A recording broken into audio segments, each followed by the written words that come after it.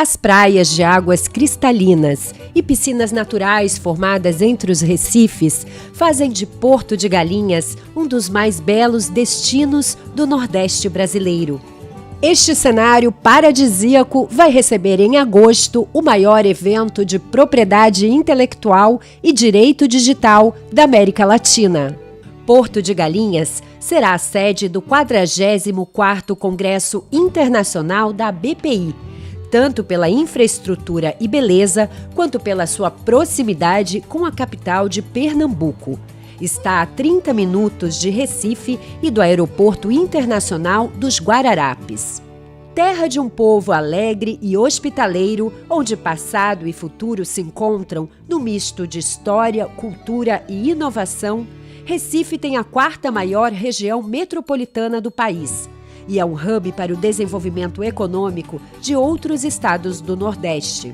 Além disso, abriga o Porto Digital, um dos mais importantes polos tecnológicos do mundo, onde estão mais de 350 empresas e 20 mil profissionais trabalhando com inovação e tecnologia de ponta. Um cenário que coloca a capital pernambucana entre as 6 cidades líderes mundiais da indústria de TI, segundo o portal internacional Rest of World. E é de olho em todo este potencial que, pela primeira vez, a BPI decidiu levar o evento para a região.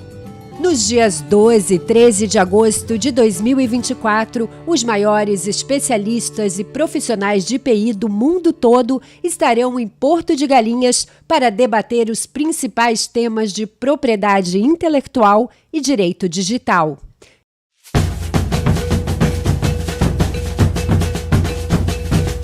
E também, é claro, para muito networking. Não perca a chance de fazer parte desse evento. Junte-se a nós no 44º Congresso Internacional da Propriedade Intelectual da BPI. Estamos ansiosos para te receber lá.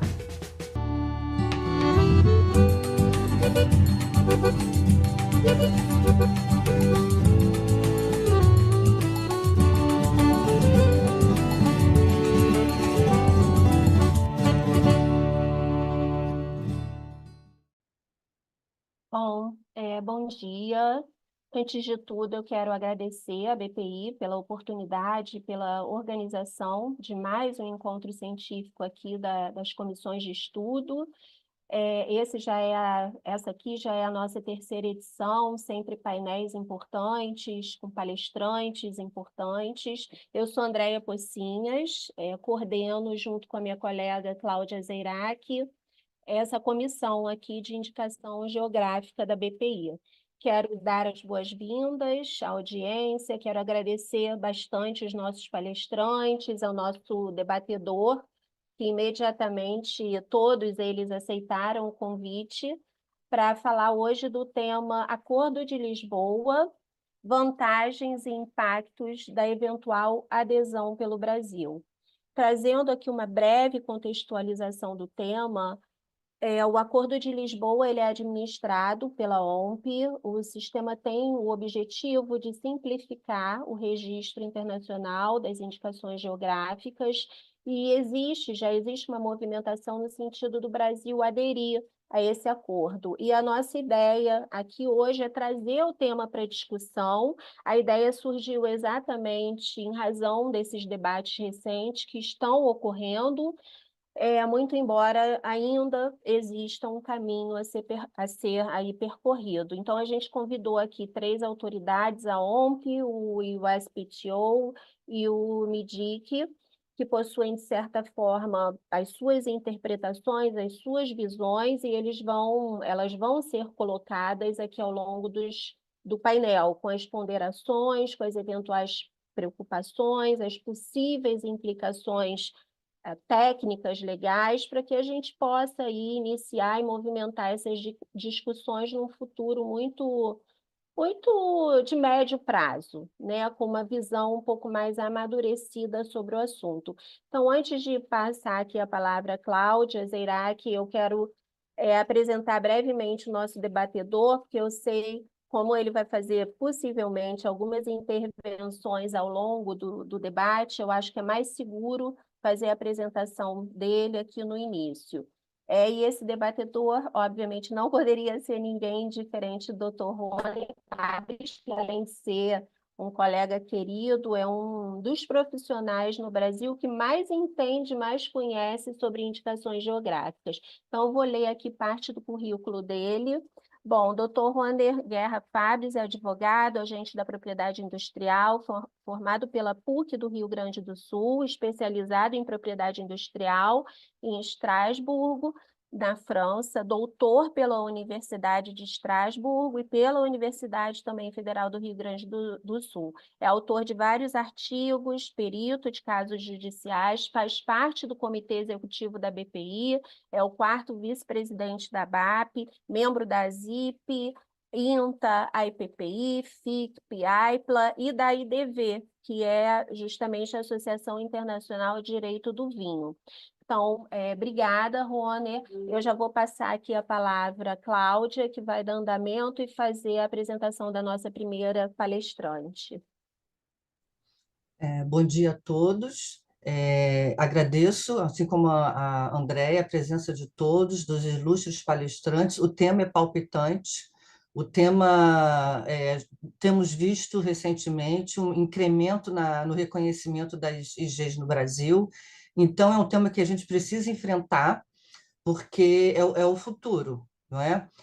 Com isso, eu faço uma leitura breve do currículo da doutora Alexandra Grazioli. A doutora Alexandra Grazioli é atualmente diretora do Registro de Acordos de Lisboa, da OMP. A sua área de atuação envolve a gestão, desenvolvimento e promoção do Sistema de Lisboa, bem como desenvolvimento e gestão de projetos relativos a indicações geográficas. Desde que assumiu as suas funções na OMP, ela trabalhou como conselheira sênior e, em seguida, como diretora do escritório do diretor-geral. Antes de ingressar na OMP, a doutora Alexandra trabalhou no INPI suíço, primeiro como examinadora de marcas, e depois como consultora jurídica sênior, onde foi responsável pela coordenação de questões da OMP e negociações sobre indicações geográficas.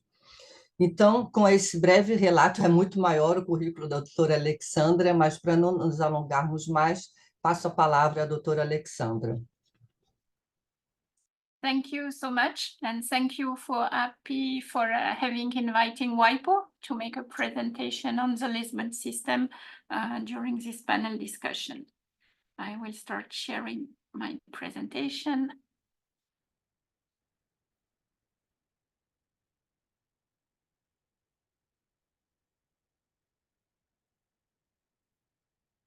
And I hope you can see it full screen now. Yes, So, thank you so much. So during that presentation, I will introduce the Lisbon system and present its benefit for consideration of Brazil accession to the Lisbon system. And more precisely, I will focus on the Geneva Act. So why it is interesting to join the Lisbon system for a country like Brazil? The interest is nowadays with the globalization world and economy and trade. It is important that producer of local product whose quality is linked to origin to have this designation well protected worldwide and also better known and recognized by consumer. And this is where the Lisbon system can be an asset for those producers if they obtain protection through the Lisbon system to have that protection worldwide and that recognition of protection worldwide. As you may know, the Lisbon system is governed by 2 different treaties. The first treaty that was negotiated was the Lisbon Agreement in 1958, and 30 countries are currently covered by this old version of the Lisbon Agreement. And we have a new version since 2015, the Geneva Act of the Lisbon Agreement, which covers currently 58 countries. So in total, the Lisbon system, if a country is member of the Lisbon Agreement and the Geneva Act, offer protection in 73 countries. My presentation, as indicated, will focus on the Geneva Act and on the novelty introduced in the system with the new act. And the main novelty concerns the fact that now the Lisbon system with the Geneva Act is open to geographical indication. It is also open for accession by intergovernmental organization. So this facilitates the global scope of the system. The Geneva Act has also introduced several flexibility concerning the way the member of the system can protect geographical indication nationally. So it increases the inclusivity of the system. The level of protection foreseen by the Geneva Act remain at a very high level, high standard as the Lisbon Agreement. So its effectiveness remain as before. But there is now a different safeguard, which makes the system more modern, and I will explain in detail all these different figures. So the first and most interesting element for many members of the Lisbon system is the fact that the Geneva Act has introduced the definition of geographical indication alongside keeping the definition of appellation of origin as part of the scope of protection of the Lisbon system. And the definition given in the Geneva Act for geographical indication correspond to the definition of the TRIPS agreement. So those countries who have implemented the TRIPS agreement nationally have now similar definition and can now join the system based on that definition. To note that the country is not obliged to distinguish nationally between geographical indication and appellation of origin to join the system. It is sufficient they recognize and implement the definition of geographical indication. A feature also interesting in certain region of the world, and here was mostly moved by African country, the possibility to protect trans-border geographical indication, meaning that two or more members of the Lisbon system who are neighboring country can join and make a single application for a GI that could cover a territory which goes from one country to another. And this is especially interesting for countries where there are local community or indigenous people who traditionally live in a region that is not respecting the national border, if I can say so. The second feature was the possibility now for intergovernmental organization that administer regional title of protection of geographical indication to join the Lisbon system. The European Union did already in 2019, and the African Intellectual Property Organization did in 2022. So this explains also the number of countries covered, while the number of contracting parties is a bit lower because this organization joined the system.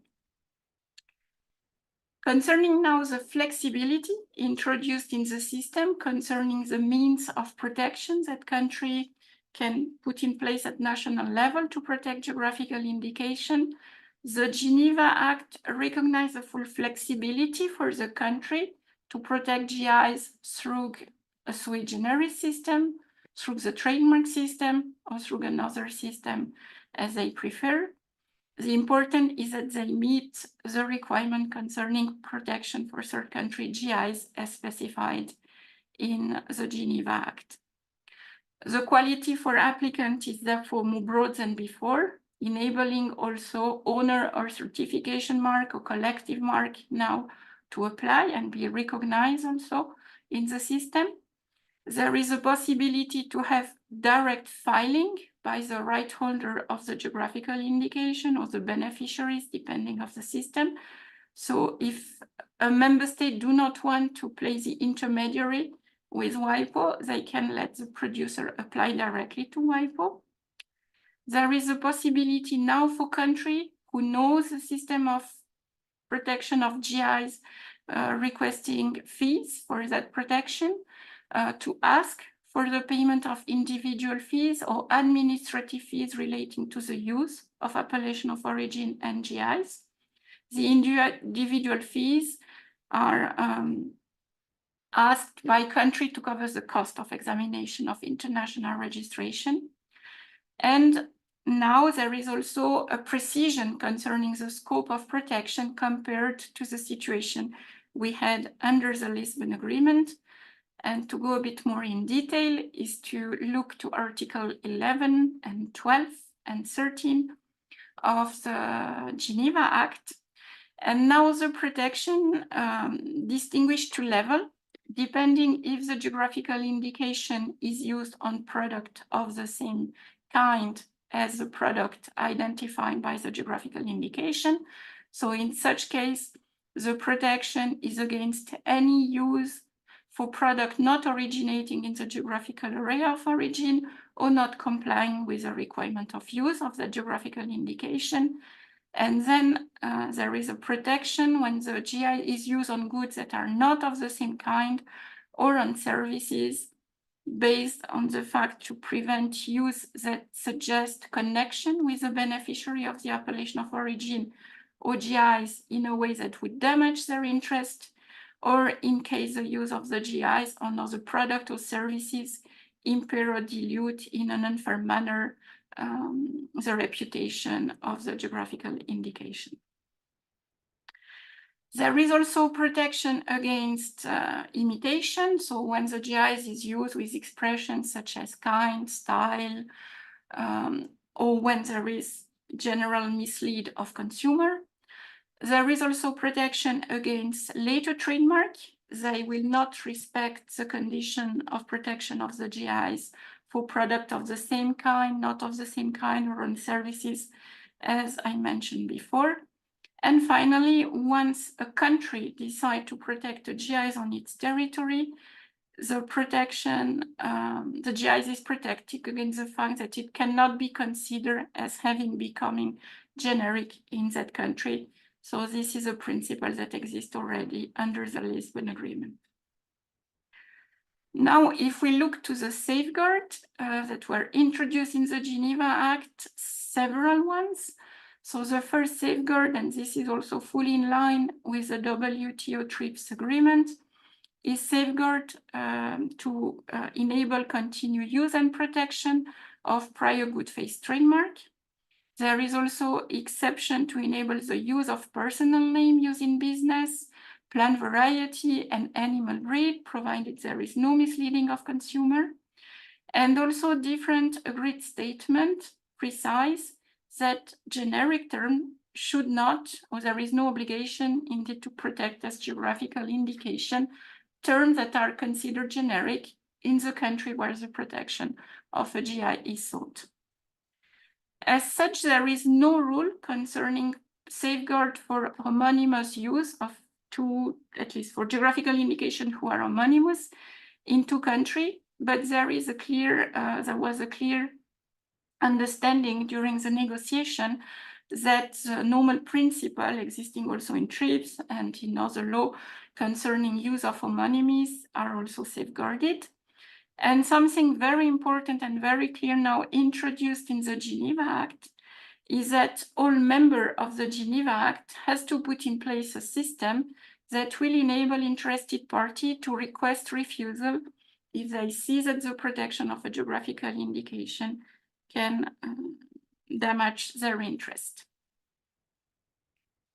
So if we look to the way the system is built and how a registration apply, everything starts at national level. So this is very similar also to what exists with other systems for protection of IP title and registration of IP title managed by WIPO.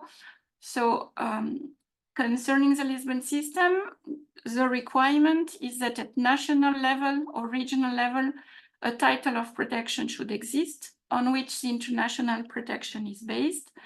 So if the country do not decide to let producer apply directly by WIPO, this user should get in touch with the competent authorities that every member designate.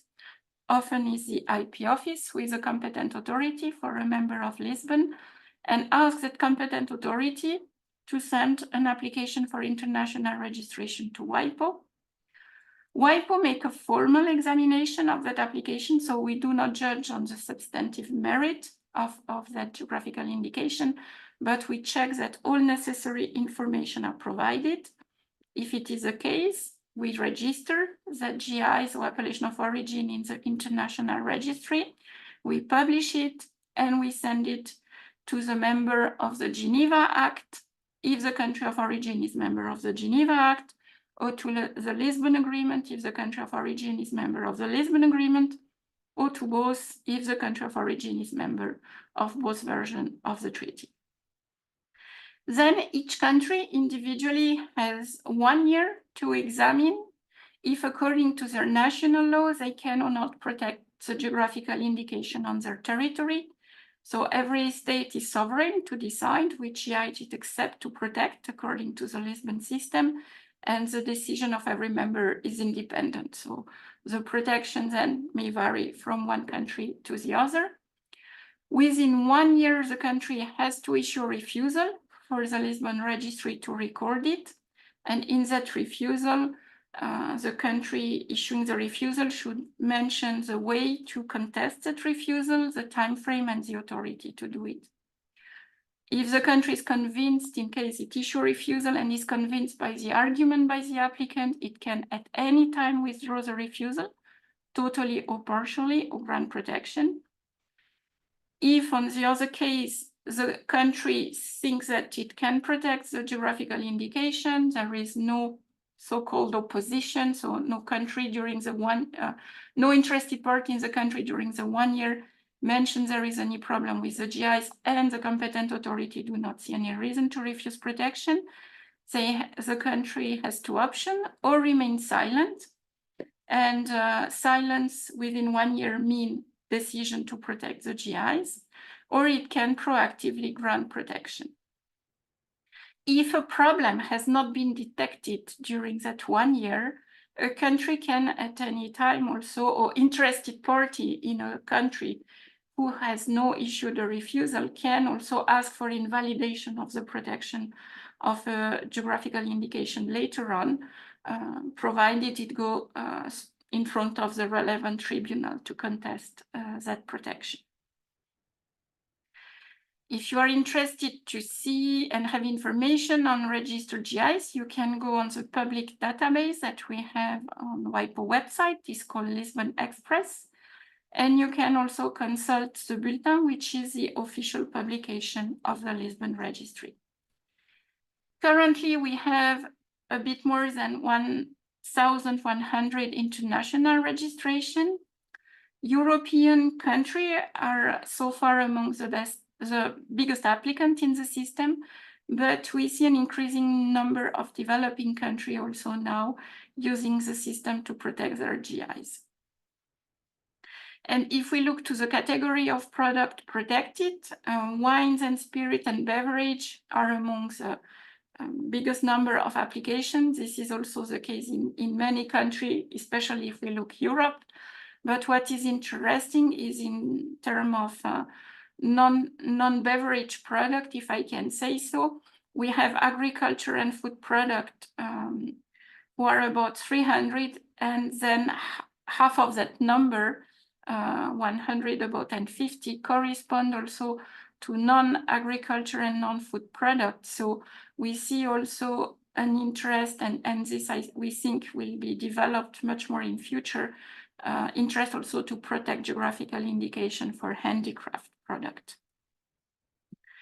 You have here just images of the variety of product which are covered by geographical indication protected under the Lisbon system. So you see natural product, handicraft, agriculture product, and processed agriculture product.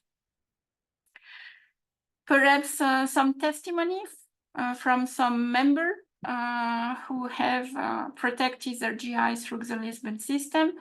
And I find interesting to share testimony from France, where they have on one side protected very big, if I can say, geographical indication, and worldwide famous one as Champagne. So big producer find it interesting to have the protection under the Lisbon system.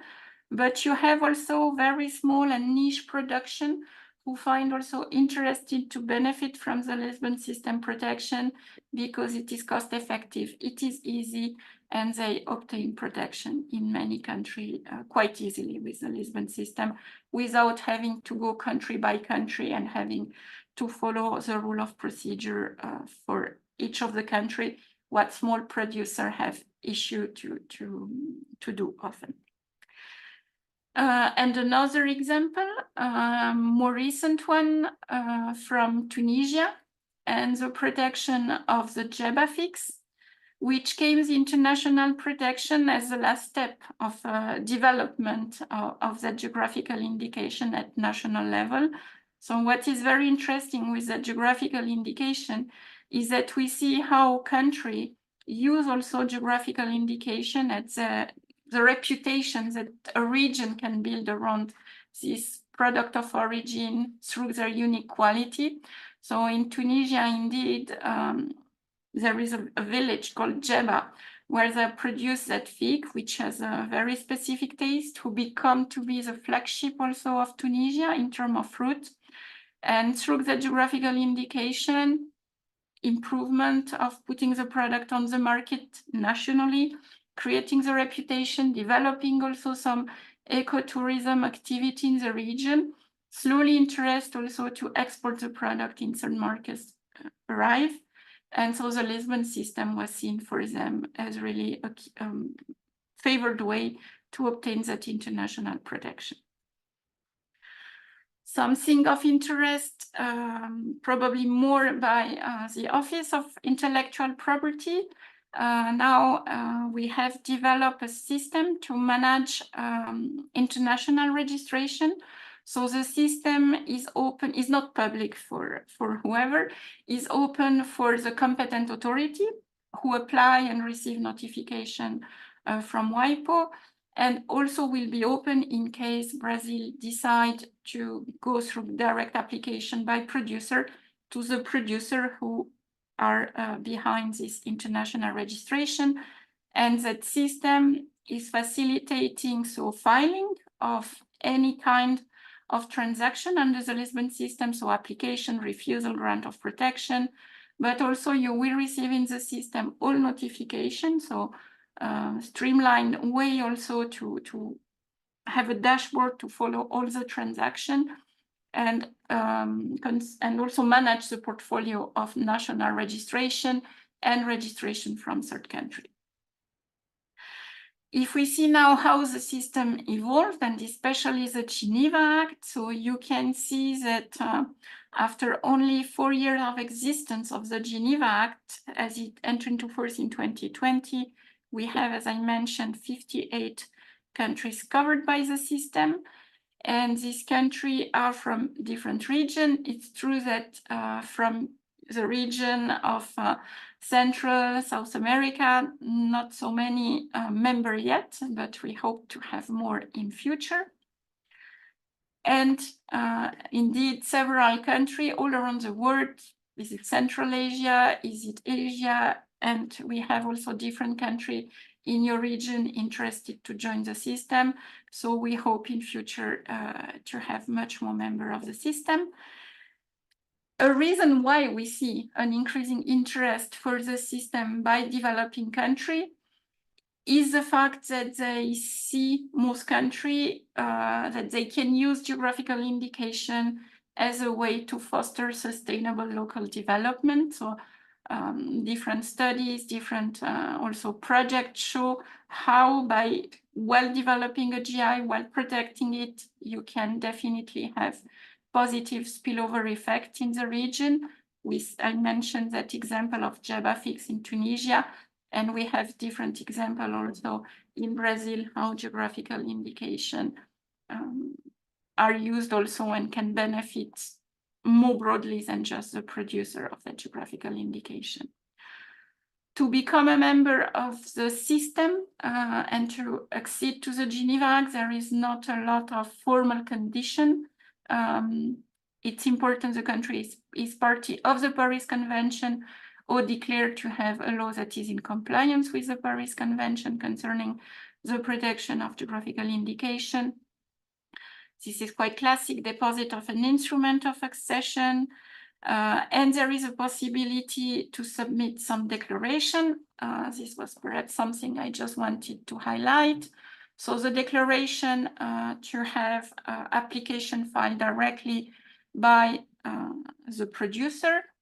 There is also the possibility, depending on the way the date of beginning of protection start in a country, to have that same date also at the level of the Geneva Act. So what I mean is that some countries at the moment of application, that protection starts, some other is when there is a decision to recognize the GI. So the system offers that flexibility.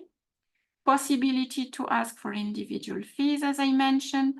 There is also a possibility at the moment of accession to ask to have a bit more time to examine existing GIs in the system.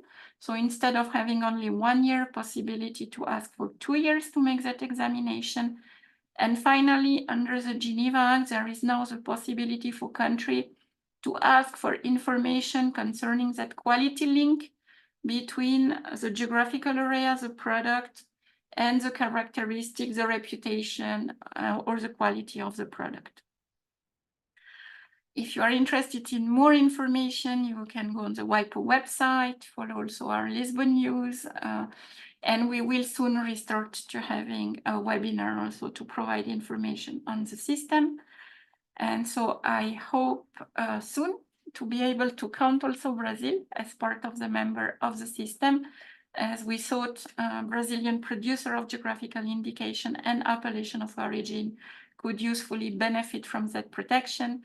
As mentioned, more than 70 countries already covered by the Lisbon system, but the system is really now moving to become more and more global. With that, I would like to thank you for your attention. Muito obrigada, Alexandra. Thank you, Alexandra. Foi muito bom esse panorama que você deu sobre o registro das indicações geográficas pelo Sistema Madri.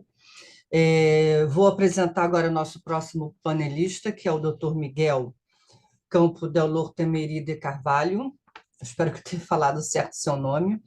O Dr. Miguel, ele é analista de comércio exterior, mestre em relações internacionais pela Universidade de Brasília, com larga experiência em temas de defesa comercial e propriedade intelectual no Ministério do Desenvolvimento, Indústria, Comércio e Serviços.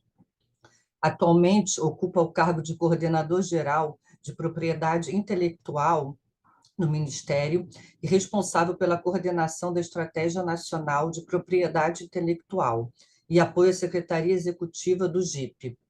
Com a palavra, o Dr. Miguel. Obrigado pela apresentação, Cláudia. Eu compartilhei minha tela aqui, vocês podem confirmar se estão vendo direitinho? Tá? Bom, gente, então vamos iniciar aqui nossa fala. Eu vou repetir um pouco das informações que a Alexandra apresentou, mas para a gente refletir sobre esses aspectos do Sistema de Lisboa diante da realidade que a gente tem da proteção das indicações geográficas no Brasil. Recentemente, no ano passado, a gente apresentou um relatório, né, que foi realizado com recurso dos diálogos setoriais do Brasil da União Europeia, uma cooperação Brasil-União Europeia, e foi um estudo de avaliação de interesses, oportunidades e conveniência da eventual adesão do Brasil ao Sistema de Lisboa, diante aí dos avanços recentes que esse sistema teve com o Ato de Genebra, né, como a Alexandra apresentou. E essa é uma ação que está prevista na nossa Estratégia Nacional de Propriedade Intelectual para avaliar e estimular a adesão às estruturas internacionais de propriedade intelectual, principalmente aí aos sistemas da OMP, né? A gente aí já recentemente aderiu ao Acordo de Haia para a proteção dos desenhos industriais, já éramos parte do Protocolo de Madrid do PCT. Então, fica faltando aí para nós agora o Sistema de Lisboa. Por isso, a avaliação no âmbito do governo e as considerações sobre isso, né? E acho que é importante fazer uma ressalva também. Depois desse estudo, desses relatórios que a gente teve publicado, estão lá na nossa página, que a gente tem no governo federal, por gov.br/propriedade intelectual, a gente não teve ainda um posicionamento formal do governo brasileiro sobre o tema, tá? Então, tudo que eu falar aqui hoje é um posicionamento pessoal meu e também meu posicionamento, minhas opiniões, elas são passíveis de serem mudadas conforme o cenário e os entendimentos evoluem. Trazendo aqui um mapa mundo com a perspectiva, então, da adesão que a gente tem de países, né? A Alexandra já mencionou aqui no sistema, no total, aí a gente tem 73 países, o meu aqui está um pouco desatualizado, 72, fazendo parte do sistema de Lisboa, né? Em azul escuro ali no mapinha, são os países que são parte do Acordo de Lisboa. Em azul claro são os países partes do Ato de Genebra, que é esse mais recente do sistema, e o rachurado ali são os que são parte dos dois, de Lisboa e de Genebra. Então a gente vê que tem evoluído, tem uma evolução recente, uma expansão recente aí do sistema, né? Alguns países aderindo com o Ato de Genebra, mas ainda tem uma pouca abrangência desse sistema quando a gente compara com os outros sistemas da OMP. Então, não é que o Brasil tá atrasado no processo, né? Mas eu acho que a gente tá avaliando e se preparando caso seja interesse do país em aderir ao sistema de Lisboa. A Alexandra já apresentou um funcionamento, né, de como são apresentados os sistemas, como isso é avaliado e protegido, as indicações geográficas no âmbito do sistema de Lisboa. Mas acho que aqui vale a pena destacar algo que eu não tinha noção antes de ter sido realizado para a nosso pedido esse estudo. E que a partir do momento que a gente passou a se debruçar mais sobre o Acordo de Lisboa, né? Eu achava que o funcionamento do sistema de Lisboa era similar ao do Protocolo de Madrid, em que o titular da marca indica países onde ele gostaria de ter protegido a sua marca ali. E que a gente então não esperava que fosse, no ato de adesão, recebido um grande volume de indicações geográficas para serem analisadas, internalizadas e protegidas no país. Mas, pelo que eu entendi aqui, então a gente tem dois momentos de proteção de indicações geográficas via Acordo de Lisboa. No primeiro momento da adesão, o país teria que avaliar todas aquelas indicações geográficas que já estão protegidas via Acordo de Lisboa e decidir ali, ou se não decidir ficar silente no prazo ali de 12 meses, elas estariam protegidas. E aí, posteriormente, haveria o processo natural, ano a ano, de novos pedidos de indicações geográficas que aparecem pelos países membros, que são depositados pelos países membros via sistema. Então, o Brasil teria que se decidir ali, analisar esses novos pedidos. Então, acho que esse é um ponto relevante aqui, tá? E que deve ser considerado no processo, na avaliação do Brasil, no eventual adesão ao Acordo de Lisboa. Os dados que a gente coletou aí nesses estudos que foram feitos indicaram que já foram solicitados 1.260 indicações geográficas via Sistema de Lisboa, e aí tem sobreposições aí, né? 1.260 pedidos em todos os estados partes contratantes. Então, 207 não foram cancelados, não foram, nem passaram adiante, né? Acho que não passaram no exame formal. 242 concedidos e 639 recusados. E aí o motivo mais frequente de recusa dos países no exame é registro de marca anterior conflitando com o nome da indicação geográfica.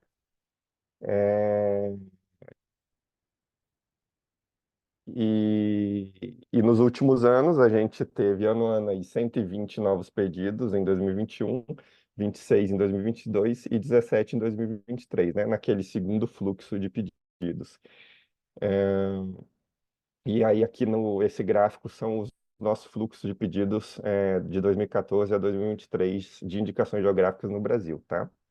Em vermelho são concessões, decisões do INPI. Em azul são o número de pedidos, depósitos no INPI. a gente vê que tem crescido o número de depósitos no NPI, já está passando aí das casas dos 30 pedidos ao ano, mas o nível, a quantidade de decisões que o órgão consegue emitir por ano não está aumentando, não está acompanhando, né? O INPI tem, se eu não me engano, são cerca de 6 examinadores de indicações geográficas hoje, mas se não é isso, não passam de 10.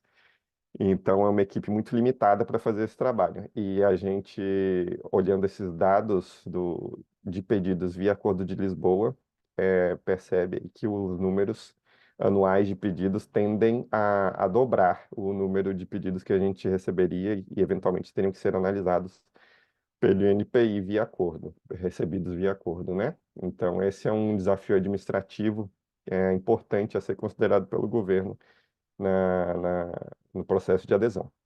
E acho que a UNP projeta que nos próximos 2 anos seriam pedidos aí cerca de 80 novas indicações geográficas via Acordo de Lisboa. Um outro ponto importante que a Alexandra mencionou também é a possibilidade do país fazer uma declaração para cobrar uma taxa individual ou uma taxa administrativa, né? Além da taxa única de 1.000 francos suíços, que é paga no ato do pedido, os países poderiam cobrar uma taxa adicional para exame substantivo do pedido de indicação geográfica. E aí a gente tem esses países aí que fizeram a declaração e cobram essa taxa individual. E vocês percebem ali que os valores variam bastante, né? Alguns são ali cerca de... O menor acho que é 70 francos suíços e o mais caro é 750. Isso também está disponível no site da OMP, do Acordo de Lisboa. E aí, como repetindo um pouco aqui do que a Alexandra falou, as novidades trazidas pelo Ato de Genebra, né, ao Sistema de Lisboa. Nossa, já se passaram 10 minutos, estou vendo aqui no meu cronômetro. A principal novidade é que ele passou a abranger indicações geográficas, né? O Acordo de Lisboa antes ele abrangia apenas denominações de origem, e esse é provavelmente o aspecto mais relevante que estimula a adesão de outros países ao sistema. E isso levanta um questionamento sobre a adesão do Brasil, porque a gente tem a figura de indicações de procedência e denominações de origem, né? Abaixo de um guarda-chuva de indicações geográficas. Então, eu vou falar um pouco mais sobre indicações de procedência nos próximos slides.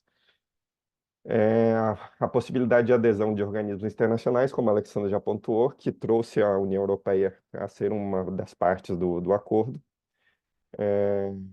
e aí abrangendo, incluindo novas indicações geográficas, né? A União Europeia é a região que mais tem indicações geográficas protegidas, junto com a China, né? Que tem muitas indicações geográficas protegidas. Um maior nível de proteção, ele foi trazido pelo Ato de Genebra. O registro de marcas posterior ao reconhecimento da IG, ele está mais restritivo pelo Acordo de Lisboa, não é algo que ele independe da similaridade do produto, como a Alexandra explicou ali. Ele pode uma IG, ela pode impedir o registro de uma marca relacionada a produto que não seja similar a ela, se houver uma confusão ou possível uso desleal que cause uma confusão ali com o nome da IG. E ele esclarece a relação entre IGs, mais precisamente a relação entre IGs e marcas previamente registradas.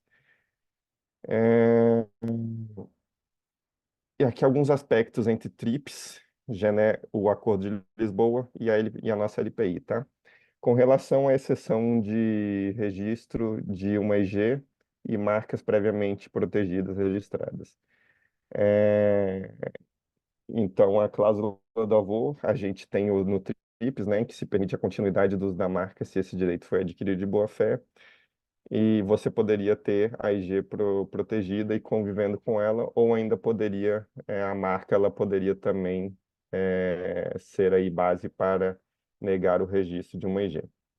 Então, esse não é um elemento de dificuldade que a gente percebe aqui na nossa LPI. O principal elemento dificultador que a gente teria no Acordo de Lisboa seria a proibição do uso dos termos retificadores, espécie, tipo, estilo, para todos os produtos e não só para vinhos e bebidas espirituosas, como é o que está previsto em TRIPS. A nossa legislação nesse aspecto ela é aderente ao mínimo do TRIPS, tá? E a gente prevê a possibilidade de uso desses termos para outros produtos, como queijos e embutidos, mas principalmente são o caso dos queijos. E a gente tem, inclusive, essa previsão em outras legislações, que não a lei da propriedade industrial, mas a lei de produção, as leis de produção agrícola, né, que regulam a produção de queijos, onde a gente tem previsto lá o uso desses termos para qualificar os tipos de queijos e outros produtos. E tem também a questão importante da possibilidade do termo se tornar genérico, né, como um cancelamento do registro caso ele se torne genérico. O Acordo de Lisboa, ele não permite que uma IG protegida, via acordo, venha a se tornar genérica no país. E a gente tem essa previsão no artigo 180 da LPI, que dispõe que quando houver se tornado de uso comum, não será considerada indicação geográfica. Eu não vejo necessariamente um conflito aqui, tá? Porque eu acho que o artigo 180 da LPI, ele está dispondo que se o nome for de uso comum, se ele for genérico, ele não poderá ser protegido como indicação geográfica. Então, isso seria uma análise prévia. Já o Acordo de Lisboa, ele está dizendo que ele não vai poder se tornar genérico depois de protegido. Então, eu vejo que são duas etapas diferentes. O artigo 180 da LPI é numa fase de pré-análise e a previsão que tem no Acordo de Lisboa seria pós-registro. E esse é um aspecto que também estava previsto no capítulo de indicações geográficas de propriedade intelectual que o Mercosul negociou com a União Europeia. E a gente percebe que muitos desses termos que a gente tem no Acordo de Lisboa, eles são similares ao que tinha previsão que estava sendo negociado entre o Mercosul e a União Europeia. Então, a gente, de certa forma, está acostumado já com os termos do Acordo de Lisboa. A gente entende, como governo, bastante desses aspectos previstos em Lisboa. E os principais desafios que a gente vê na adesão, no processo de adesão eventual do Brasil ao Acordo de Lisboa, tá? Após a adesão ao acordo, todos os pedidos seriam depositados e o país teria de 1 a 2 anos, se pedido uma prorrogação, para aceitar ou rejeitar os pedidos já depositados. Se o país não se manifestar, eles seriam aceitos automaticamente, né? Então, como eu mencionei, a gente tem uma capacidade de análise limitada no INPI de pedidos de indicações geográficas, e a gente vê que esse grande fluxo, que entraria tanto no ato de adesão, de cerca de 160 indicações geográficas já protegidas via Lisboa, que conforme o tempo vai avançando, vão aumentando, né? Nos próximos 2 anos aí já ultrapassaria 200 indicações geográficas. Isso seria um desafio para o Brasil, então teria que ser tomada uma decisão aí se o Brasil iria analisar esses pedidos ou se ficaria silente e simplesmente registraria e deixaria ali aquele prazo, como a Alexandra mostrou, para apresentações de recursos, ou se teria feito uma força-tarefa para exame desses pedidos. E, além disso, no fluxo contínuo anual, também seria um desafio para o Brasil, porque duplicaria o número de pedidos que a gente tem recebido anualmente no país, né? Com o Acordo de Lisboa. Aí, o segundo linha que eu tenho aqui é uma repetição disso que eu já estou falando. O tempo médio que o INPI tem levado para examinar um pedido de indicação geográfica hoje está em 20 meses, e a gente tem ali em Lisboa a previsão de decisões em 12 meses, então esse seria um segundo desafio. Tem a possibilidade de prorrogar esse prazo, né, por 1 ano, pelo que eu entendi, então seriam 24 meses. Mas ainda assim ficaria perto muito do limite para o INPI analisar esses pedidos de indicações geográficas.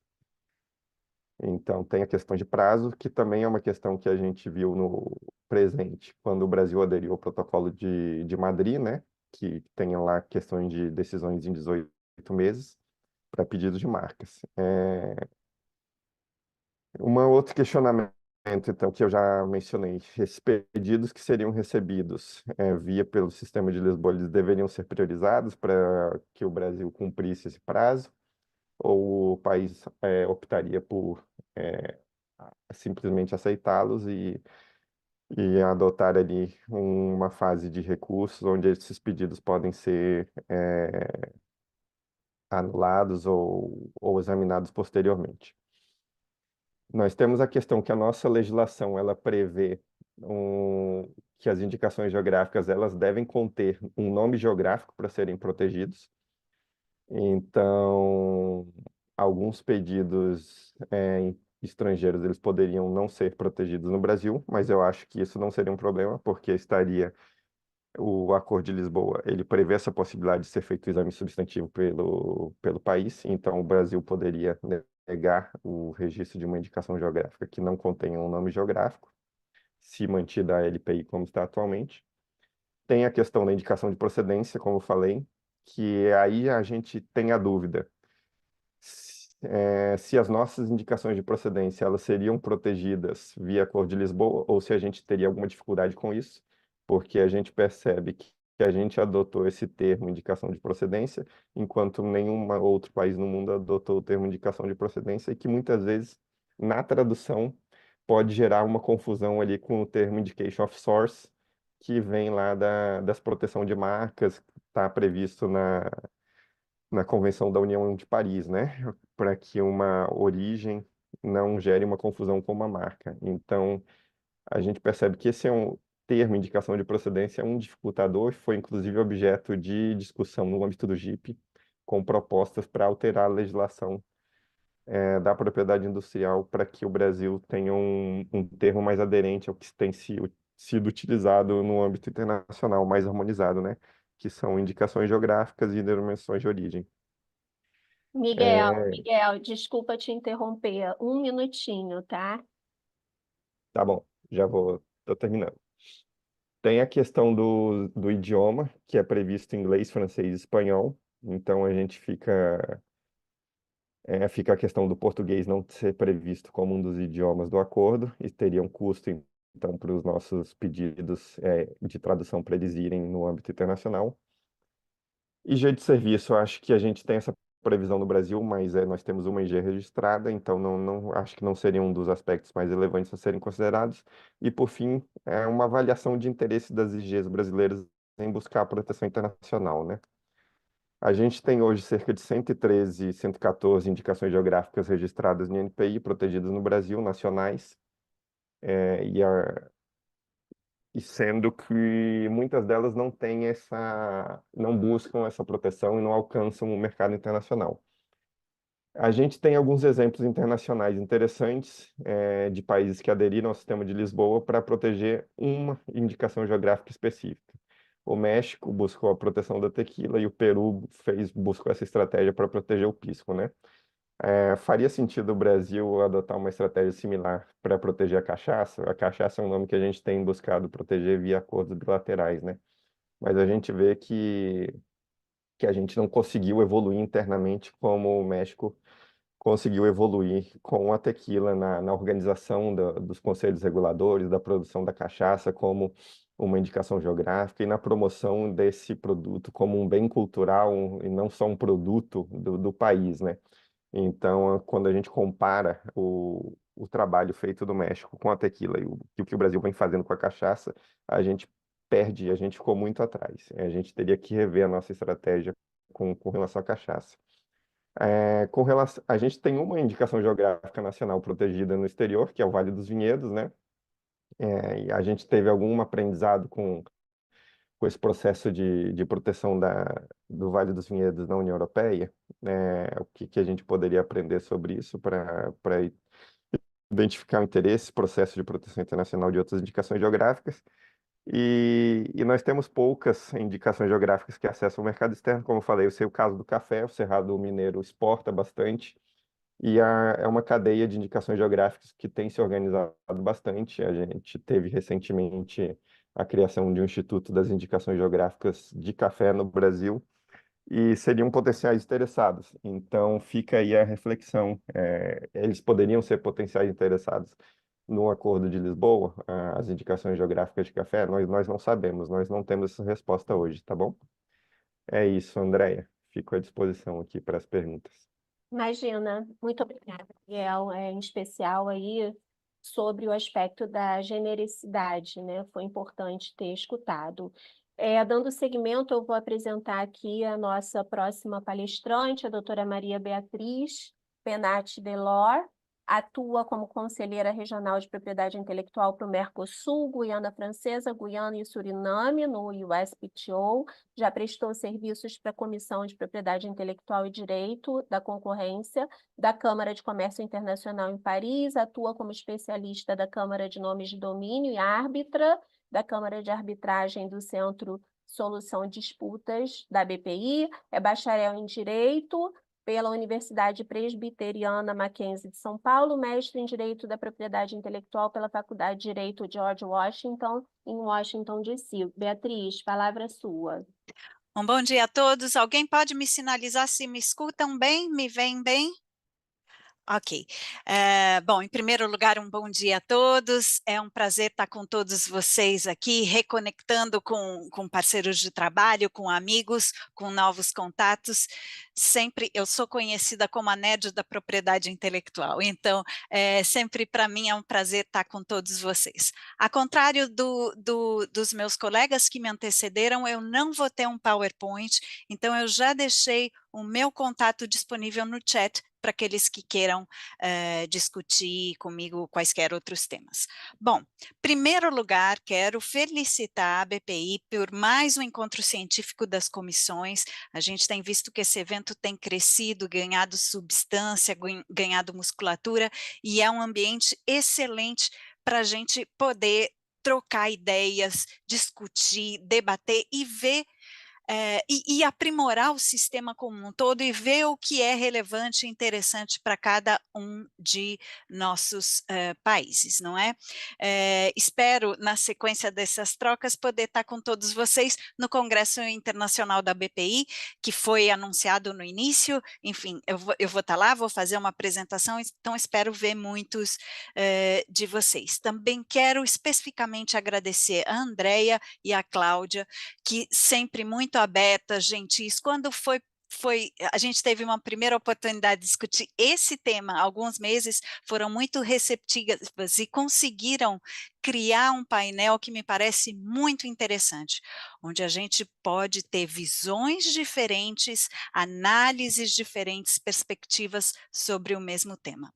Então, parabéns. Bom, quero dizer, antes de mais nada, para alívio de todos, que meus serão breves apontamentos a respeito do tema. Meus antecessores já fizeram um excelente trabalho. Eu, aqui, reforçando mais uma vez, trago pura e simplesmente a visão do USPTO e do governo norte-americano. Esse é o meu papel aqui. Então, para que isso possa servir de base, estofo, conteúdo para que no caso o Brasil ou eventualmente outros países aqui presentes que estejam refletindo sobre uma possível adesão, que possam ter esse aporte nessa questão, não é? Então, muito bem.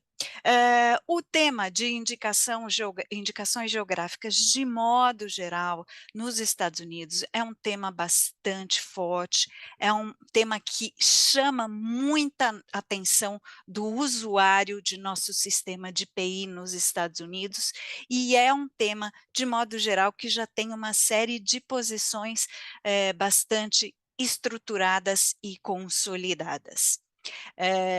Os colegas gostam de dizer que esse é um tema, um dos raros temas hoje em dia que há um consenso entre múltiplos partidos, ou seja, entre os dois grandes partidos nos Estados Unidos. Então, a gente entende que há aí uma evolução nesse tema. E achamos também que nossa humilde contribuição, a nossa humilde reflexão pode ser relevante, sobretudo num tema como indicações geográficas, uma vez mais de modo geral.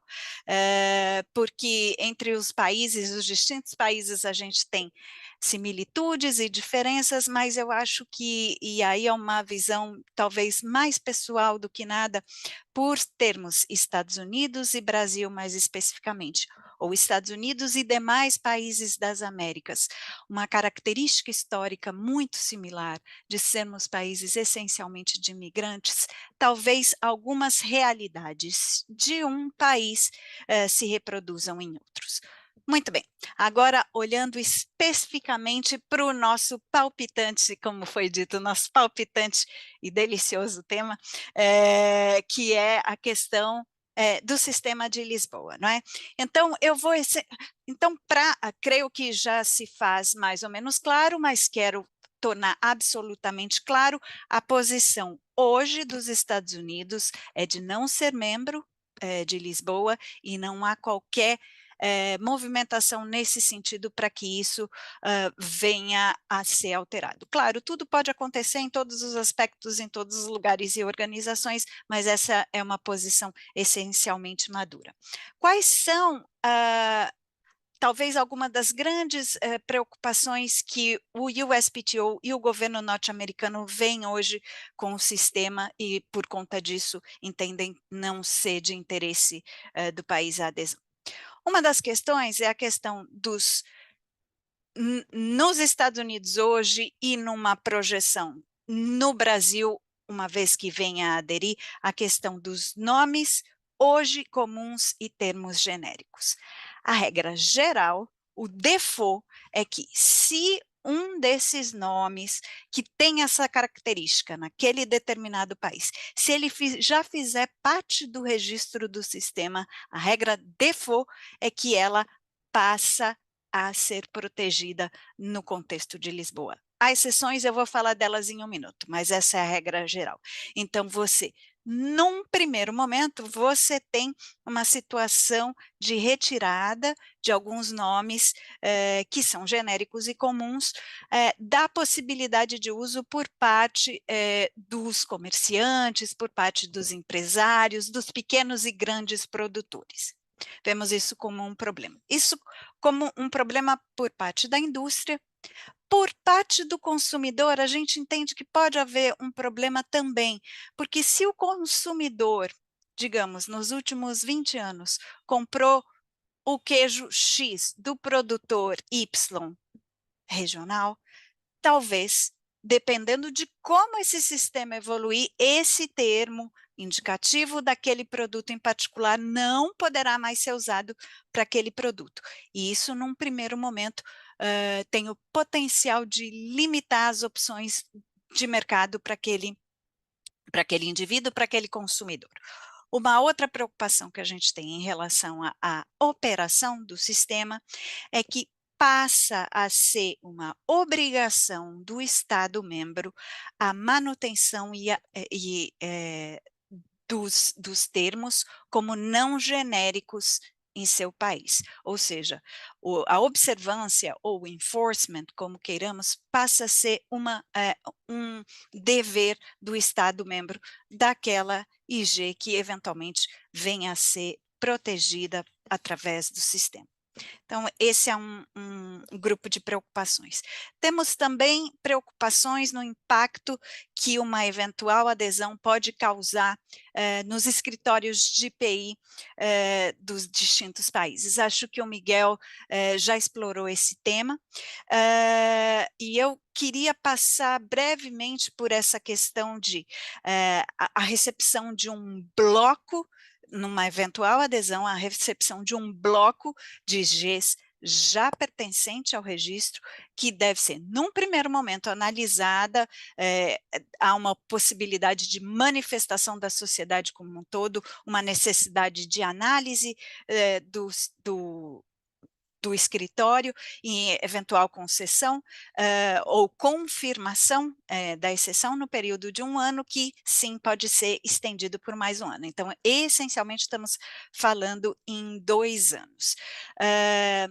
O meu entendimento é que hoje, se um determinado país entrar hoje no sistema, ele vai receber um bloco de mais de 1.000 IGs para que passem por esse trâmite. Era a informação que eu tinha, e se compreendi bem a apresentação da Alexandra, nós estamos falando de um bloco de mais de 1.000 IGs para serem processadas. Então, em princípio, ou no máximo até 2 anos, assumindo que haja uma prorrogação. Isso é preocupante, claro, porque por um minuto, me permito falar como cidadã brasileira aqui, a gente sabe o quanto o INPI brasileiro já lutou com backlog e o quanto já conseguiu superar esses problemas. Então, é algo que realmente precisa ser analisado com atenção. Isso também, e não obstante essa questão, como também apontou o Miguel, a gente poderia pensar, bom, mas também ao mesmo tempo vai ter possivelmente um fluxo extra de taxas se o país optar por cobrar taxas específicas para isso. Nem em todos nos Estados Unidos especificamente, as taxas pagas ao USPTO, no USPTO permanecem e ali são usadas de acordo com o melhor entendimento da agência para os seus fundos. Isso não é a realidade de todos os países. O que quer se dizer com isso? O fato de você ter um afluxo extra de taxas sendo recolhidas pelo escritório de IPI local não significa que esse escritório vai poder contratar mais gente, que esse escritório vai poder usar esses fundos, não significa que esse aporte extra vai poder ser revertido para o sistema em si. Além disso, há também uma preocupação com o usuário local. Eventuais terceiros que tenham interesse em se opor à proteção de uma dada IG que está ali naquele arcabouço a partir do momento da adesão. A gente está falando muitas vezes, não somente, mas muitas vezes, de pequenos produtores, de titulares de um pequeno portfólio de produtos, e eles vão eventualmente ter também um afluxo muito grande de novas IGs, que eles vão ter que analisar e vão ter que se preparar e se organizar para aportar, como usando o termo da Alexandra, the so-called opposition. Não é? Então, vai ter essa movimentação aí que pode ser complicada também para o usuário já estabelecido, que talvez tenha que se manifestar. Uma outra preocupação vinda do contexto e análise norte-americanas é a questão de pouca abrangência do sistema. Também o Miguel já apontou essa preocupação e a reflexão mais macro, para a gente passar esse ponto rapidamente, há uma análise de investimento e benefício, que isso cada um vai fazer, mas de fato, cada país vai fazer e vai tomar sua decisão, mas de fato nós temos uma questão que um sistema que hoje é um tanto quanto abrangente.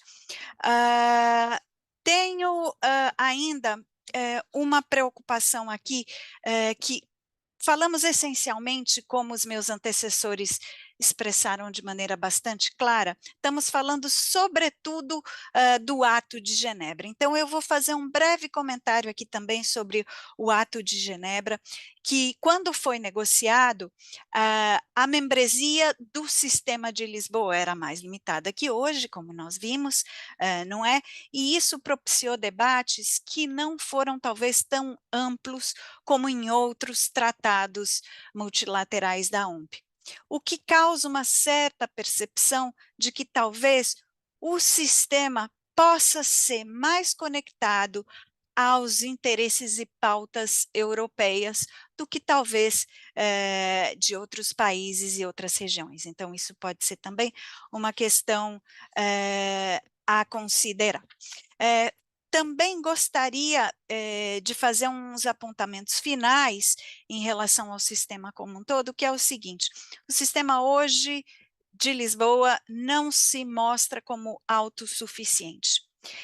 Fundos de outros sistemas têm sido usados para manutenção e continuidade dos trabalhos. O que isso, desde a perspectiva do governo norte-americano, é um pouco preocupante.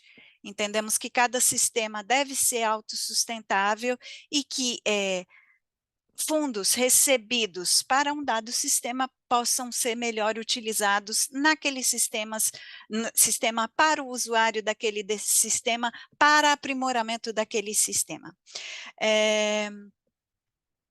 também nos parece, a gente pode fazer talvez um exercício bom, talvez o sistema hoje seja pequeno e talvez não caminhe por suas próprias pernas do ponto de vista financeiro, mas talvez com a expansão do sistema ele possa se consolidar melhor e vir a ser independente e útil para os usuários de forma geral.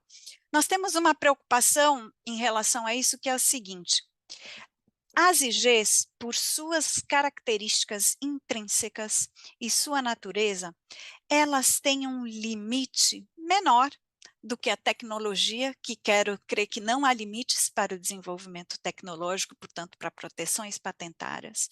Quero crer que nas marcas, por exemplo, quase o céu é o limite. Claro, a gente tem um limite aí de palavras que podem ser desenvolvidas, mas os limites são muito mais altos do que a possibilidade de expansão do universo de IGs.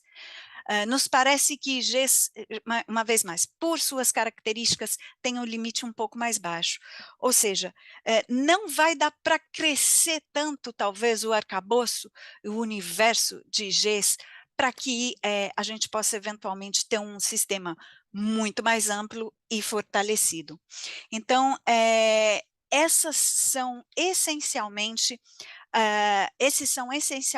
os apontamentos que eu queria fazer, apenas só para fechar na questão de nomes comuns e termos genéricos, que eu dizia, o default, se eles estiverem no registro e o país vier a aderir, que eles venham a ser protegidos. Há exceções, claro, pode haver ao longo desse 1 ou 2 anos, uma iniciativa do próprio país que veio aderir a não proteger aquela IG em particular, e pode haver uma manifestação também dos titulares do país, dos usuários do sistema do país, apontando ou sugerindo uma negativa desse registro. No entanto, a gente está falando daqui das exceções. A regra seria, se não houver uma manifestação em contrário para proteção daquela IG no período estabelecido, ela passa a ser considerada protegida naquele país.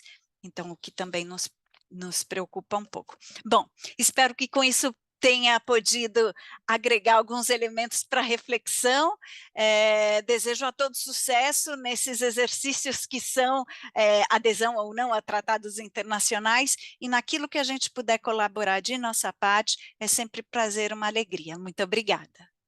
Obrigada a você, Beatriz, por ter trazido aí a visão e as ponderações e considerações do USPTO. Bom, vou passar agora imediatamente aqui para o Rony, para que ele faça as considerações dele. Rony. Obrigado, André. Bom dia a todos aí que nos escutam. A gente está vendo que tem bastante audiência hoje nesse painel. Eu tenho aqui algumas considerações diante daquilo que foi exposto. Alguma prática dentro da área. Primeiro, o que a gente tem visto nos últimos 20 anos dentro das indicações geográficas no Brasil é um aumento de registros de indicações geográficas. A gente vê os números, agora temos 100 e tantas indicações geográficas registradas no Brasil. Dessas 100 e tantas, quantas realmente existem de forma efetiva e que realmente atuam e tem uma estrutura que guarda essa indicação geográfica? Eu acho que isso muito poucas. Foi desenvolvida uma política dentro do Brasil passada de que seria um instrumento interessante para o desenvolvimento de produtos locais. E isso, lógico, vamos dizer assim, um pouco decorrente de uma política mundial que se desenvolveu com essa história de globalização. Então, todo pêndulo, quando vai muito para um lado, volta para o outro também com maior força. Então, essa ideia de produtos globais deu muita força também, num sentido contrário, de produtos locais e regionais. E isso fomentou um espírito de que nós somos daqui, essa é a nossa terra, esse é o nosso produto, e vamos desenvolver com o sabor, com as características locais. Bom, Esse movimento fez com que surgisse dentro do Brasil também várias indicações geográficas. Mas eu acho que poucas das indicações geográficas brasileiras, e aí DO ou IP, tanto faz, possuem uma estrutura administrativa capaz de fazê-las com que elas tenham um marketing e, mais que isso, dentro à frente, a capacidade de enforcement, a capacidade de se fazer presente no Brasil, não estou falando nem fora do Brasil. Então, começa por aí. Dessas 100 e poucas, a gente não tem que ver, eu não vejo isso um copo muito cheio, infelizmente, mas eu vejo poucas delas com capacidade de se auto-administrar, de ter uma associação por trás de produtores que consigam ter uma condição de gestão dessa indicação geográfica de forma ativa e quanto mais em termos internacionais. Então, esse é uma realidade brasileira. Quando a gente fala cachaça, café e vinhos, eu acho que são os únicos 3 setores que possuem uma organização melhor. Mesmo o setor das carnes, eu não vejo se desenvolvendo muito sobre isso. O vinho ali, falaram do Vale dos Vinhedos, acho que é um dos poucos que tem uma capacidade administrativa e que teve essa experiência fora. E aí eu coloco essa experiência europeia, que foi o reconhecimento, foi muito por força da necessidade de se levar à União Europeia uma rotulagem aos produtos brasileiros que era diferente na época. Quer dizer, a possibilidade de se colocar no rótulo a safra, o lugar de origem, a uva, era restrita a vinhos que tivessem indicação geográfica na época na Europa. E os outros vinhos de mesa, os vinhos comuns, não podiam ter certas qualificações no rótulo que a gente queria ter. Então, a indicação geográfica, o reconhecimento da indicação geográfica dentro da Europa abriu o mercado exportador aos vinhos brasileiros, sobretudo do Vale, que puderam ser comercializados com uma rotulagem digna, vamos dizer assim, de vinhos finos e não vinhos de mesa. Então, esse foi uma colocação inicial, e a partir daí, dentro daquele congresso que a gente, aquele debate que a gente realizou no final do ano passado, em Brasília, junto com o MEDIC e com o INPI, se levantou uma série de pontos que me parecem interessantes. O primeiro que eu gostaria de perguntar para a Alexandra, acho que ela compreende o português, vou falar devagarinho, senão a gente repete depois em inglês. É que, pelo que eu tinha compreendido, o Brasil terá, no caso de assinatura, uma obrigação de exame de 1.200 e poucas, 1.200, 1.100 e tantas, 1.200 indicações geográficas, num primeiro momento, no momento da adesão, que pode ser em 1 ano, e a gente pode fazer uma declaração para esse exame ficar em até 2 anos. Pergunto, quando uma indicação geográfica nova, nós temos a possibilidade de alterar isso para 2 anos, ou o prazo de 2 anos é somente a partir para as novas indicações no momento da assinatura do agreement, da assinatura do acordo? Sempre será 2 anos, uma vez que a gente... I don't know if I'm under... If I understand well, your question is relating indeed to the time frame Brazil will have to examine existing geographical indication. And That's right. That's right. So, according to the Geneva Act, when a country accedes, it can benefit from the 2 years, at least extension of 1 year, so 2 years to examine, for all existing geographical indication at the moment of accession. And then when there is a new registration after the accession, it will come back to the 1 year normal time period to examine. So okay. The 2 years were to facilitate when there is more than one at a time registrations that are notified to examine all this registration. What I want perhaps to clarify, and what we see with countries, especially who ask for individual fees, is that they do not receive all this existing registration in one time when they accede.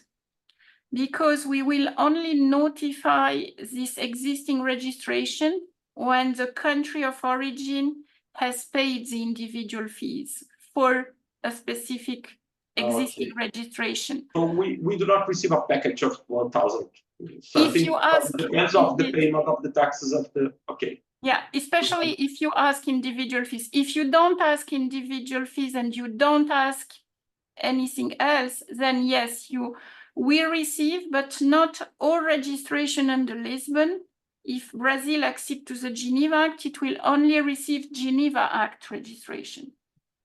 Okay. So there is always this distinction also to make. So it's about half of the number.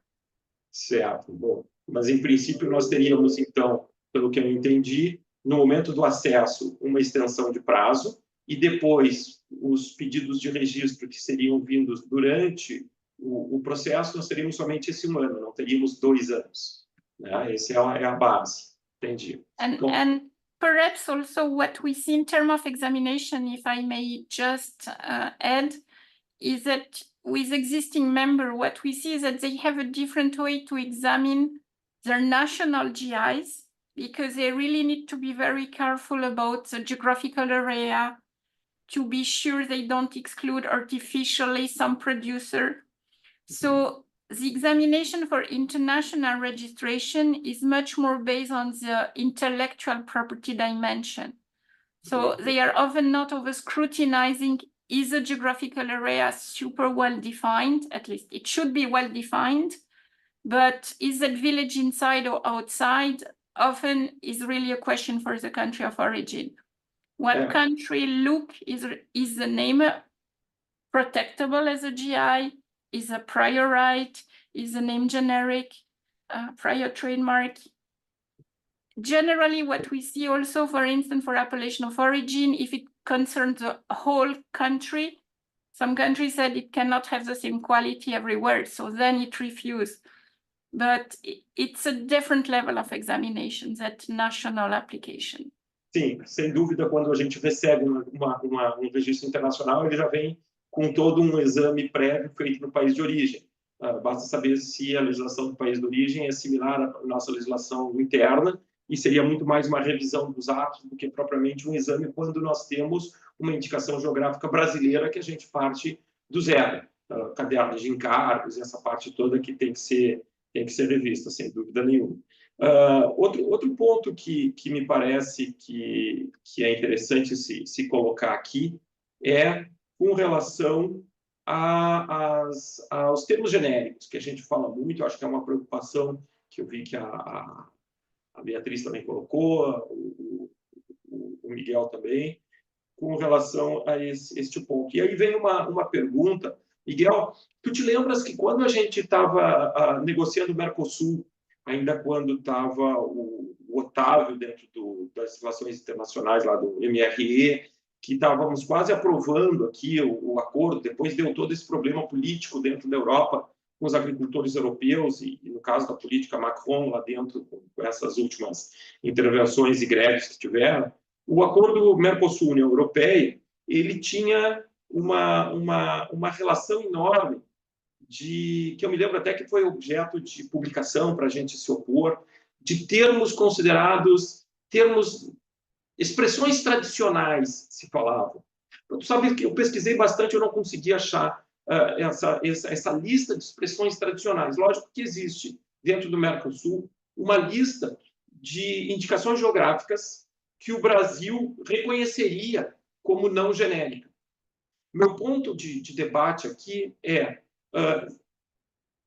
fica uma situação um pouco delicada, principalmente para os europeus olhando o mercado brasileiro, porque dentro do Mercosul, se nós assinarmos o Mercosul-União Europeia antes de entrarmos no acordo de Lisboa-Genebra, supondo que um dia se possa fazer esse passo político, o acordo Mercosul-União Europeia prevê, dentro das negociações que a gente vê, o reconhecimento de uma série de indicações geográficas que seriam, se tratadas dentro do Acordo de Lisboa, seriam expressões genéricas e não teriam proteção dentro do Brasil.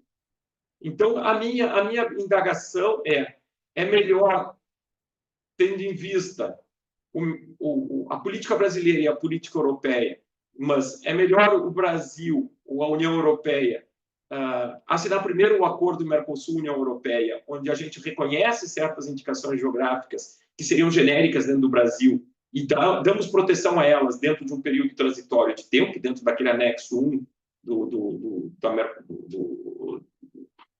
acordo Mercosul-União Europeia, que traz toda essa relação, ou é melhor o Brasil assinar o Ato de Genebra e já, desde já, afastar a proteção dessas indicações que são consideradas genéricas dentro do Brasil, e depois, quando vier o Mercosul, dizer, não, agora nós já assinamos o Ato de Genebra, não podemos mais dar essa proteção.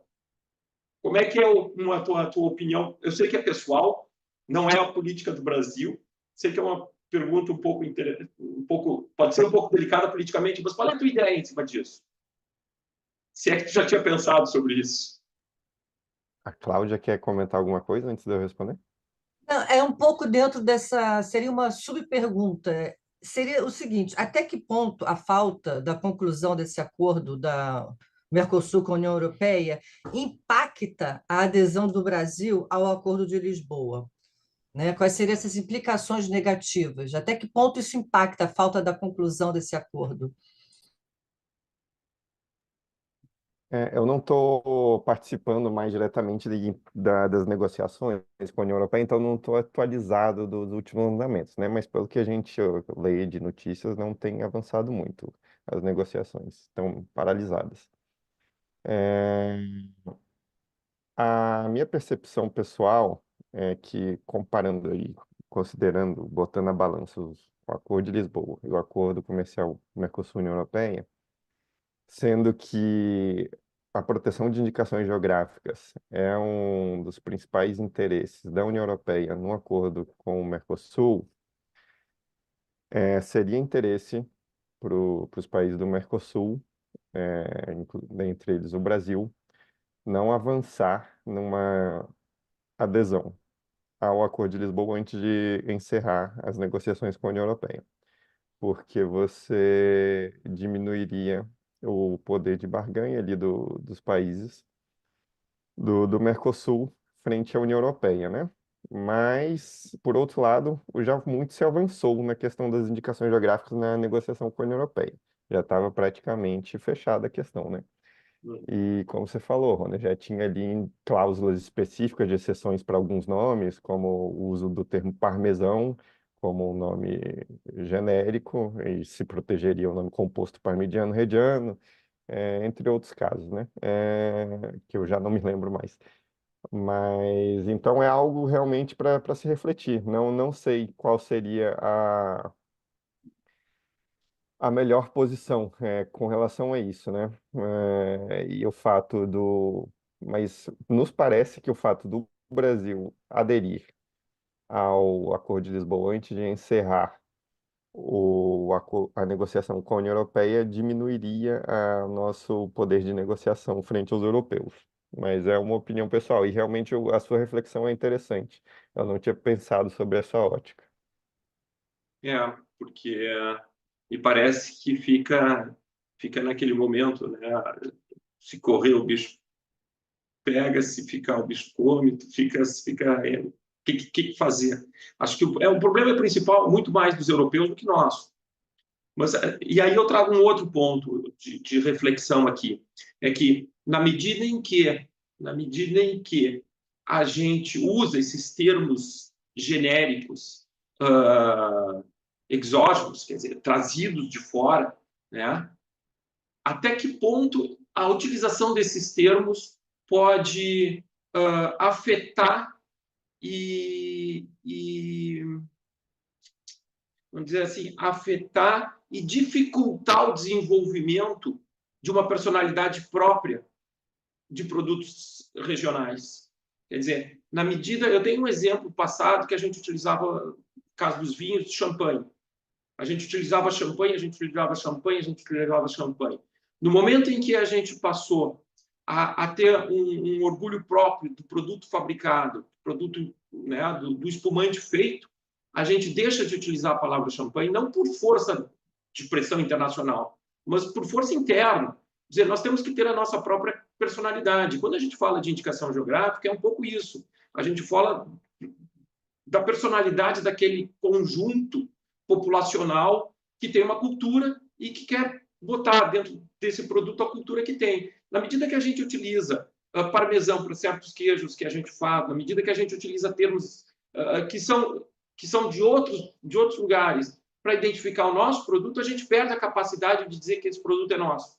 Então, eu acho que também pesar isso, quer dizer, o reconhecimento que aquele produto que é um termo genérico dentro do Brasil, até que ponto esse reconhecimento não é um tiro no pé, entre aspas, porque impede da gente desenvolver um produto com característica própria.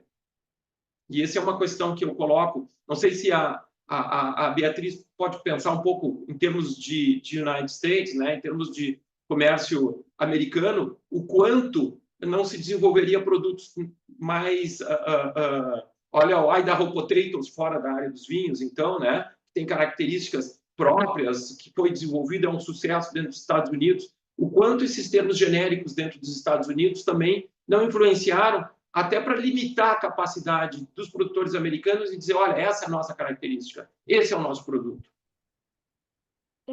Roner, Bia, não sei se você tem um comentário aí, Roner, mas só querendo aqui ser chata, não querendo ser chata, mas já sendo, porque a BPI tem um próximo painel e eu acho que a gente vai ter que fazer uma nova rodada desse painel em algum momento agora no segundo semestre, porque as informações são extremamente enriquecedoras, tem muito debate, o tempo voou, foi curtíssimo. Mas eu queria só aqui, não posso deixar de agradecer, de dizer que foi fundamental a gente iniciar essa discussão aqui perante a sociedade, as associações, no momento oportuno também poder abrir a escuta, a manifestação para os produtores, né, nacionais, que eu acho que é imprescindível, porque eles também vão ser afetados e também são interessados. Eu quero aqui da minha parte agradecer em nome da comissão, deixar o tema para reflexão, quero convidá-los novamente aqui em público para a gente fazer uma segunda rodada, e convidar também a quem tiver interesse no tema a participar com contribuições aqui diretamente na comissão da BPI, são todos muito bem-vindos. Beatriz, vou abrir aqui a palavra para você, porque eu te cortei, mas eu só preciso fazer essa interrupção, porque a BPI já está aqui nos bastidores me pressionando e, obviamente, de forma muito correta, para a gente poder finalizar esse painel.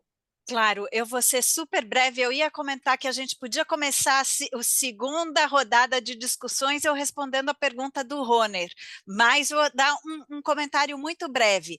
Eu acho que o que pauta, antes de mais nada, o olhar norte-americano para essas questões é a transparência, a justiça e o desenvolvimento econômico das questões. Então, como isso vai ser desenvolvido dentro dos diversos contextos é algo que pode ser algo que a gente possa discutir com mais profundidade, mas considerando direitos pré-estabelecidos, direitos eventualmente que não sejam perpétuos, por exemplo, questões como essa a gente pode considerar, mas fica só essa purpurina aqui para a gente, falando do mês do orgulho, não é? Colocamos a purpurina aqui e retomamos quando a Andréia e a Cláudia nos chamarem, né, meus caros? Sim, sim. Eu vou botar mais uma purpurina para o segundo debate.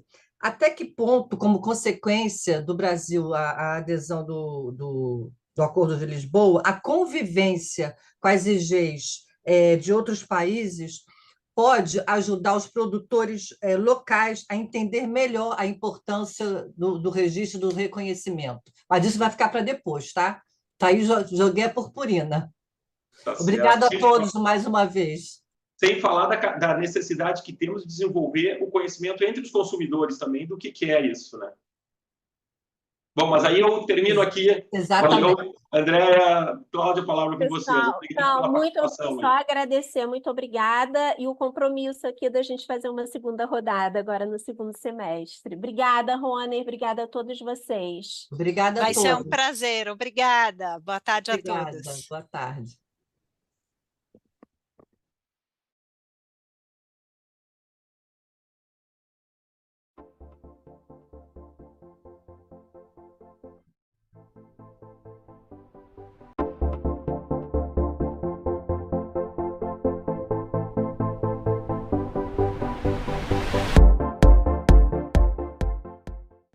As praias de águas cristalinas e piscinas naturais formadas entre os recifes fazem de Porto de Galinhas um dos mais belos destinos do Nordeste brasileiro. Este cenário paradisíaco vai receber em agosto o maior evento de propriedade intelectual e direito digital da América Latina. Porto de Galinhas será a sede do 44º Congresso Internacional da BPI, tanto pela infraestrutura e beleza, quanto pela sua proximidade com a capital de Pernambuco. Está a 30 minutos de Recife e do Aeroporto Internacional dos Guararapes. Terra de um povo alegre e hospitaleiro, onde passado e futuro se encontram no misto de história, cultura e inovação, Recife tem a 4ª maior região metropolitana do país e é um hub para o desenvolvimento econômico de outros estados do Nordeste. Além disso, abriga o Porto Digital, um dos mais importantes polos tecnológicos do mundo, onde estão mais de 350 empresas e 20 mil profissionais trabalhando com inovação e tecnologia de ponta. Um cenário que coloca a capital pernambucana entre as 6 cidades líderes mundiais da indústria de TI, segundo o portal internacional Rest of World. E é de olho em todo este potencial que, pela primeira vez, a BPI decidiu levar o evento para a região. Nos dias 12 e 13 de agosto de 2024, os maiores especialistas e profissionais de TI do mundo todo estarão em Porto de Galinhas para debater os principais temas de propriedade intelectual e direito digital.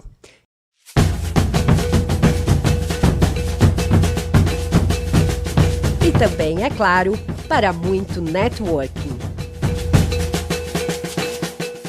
Não perca a chance de fazer parte desse evento.